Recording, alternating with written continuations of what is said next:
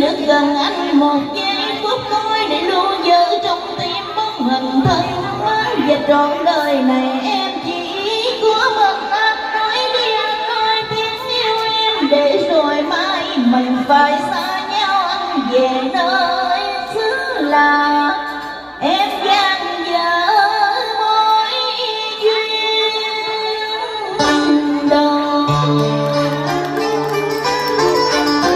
Biết rằng tình yêu đôi ta vẫn biệt nhau rồi, em sẽ nhớ mãi gối đầu gắt gờ chắc chiêu tình mình trong giấc mơ đêm đêm. Vì đời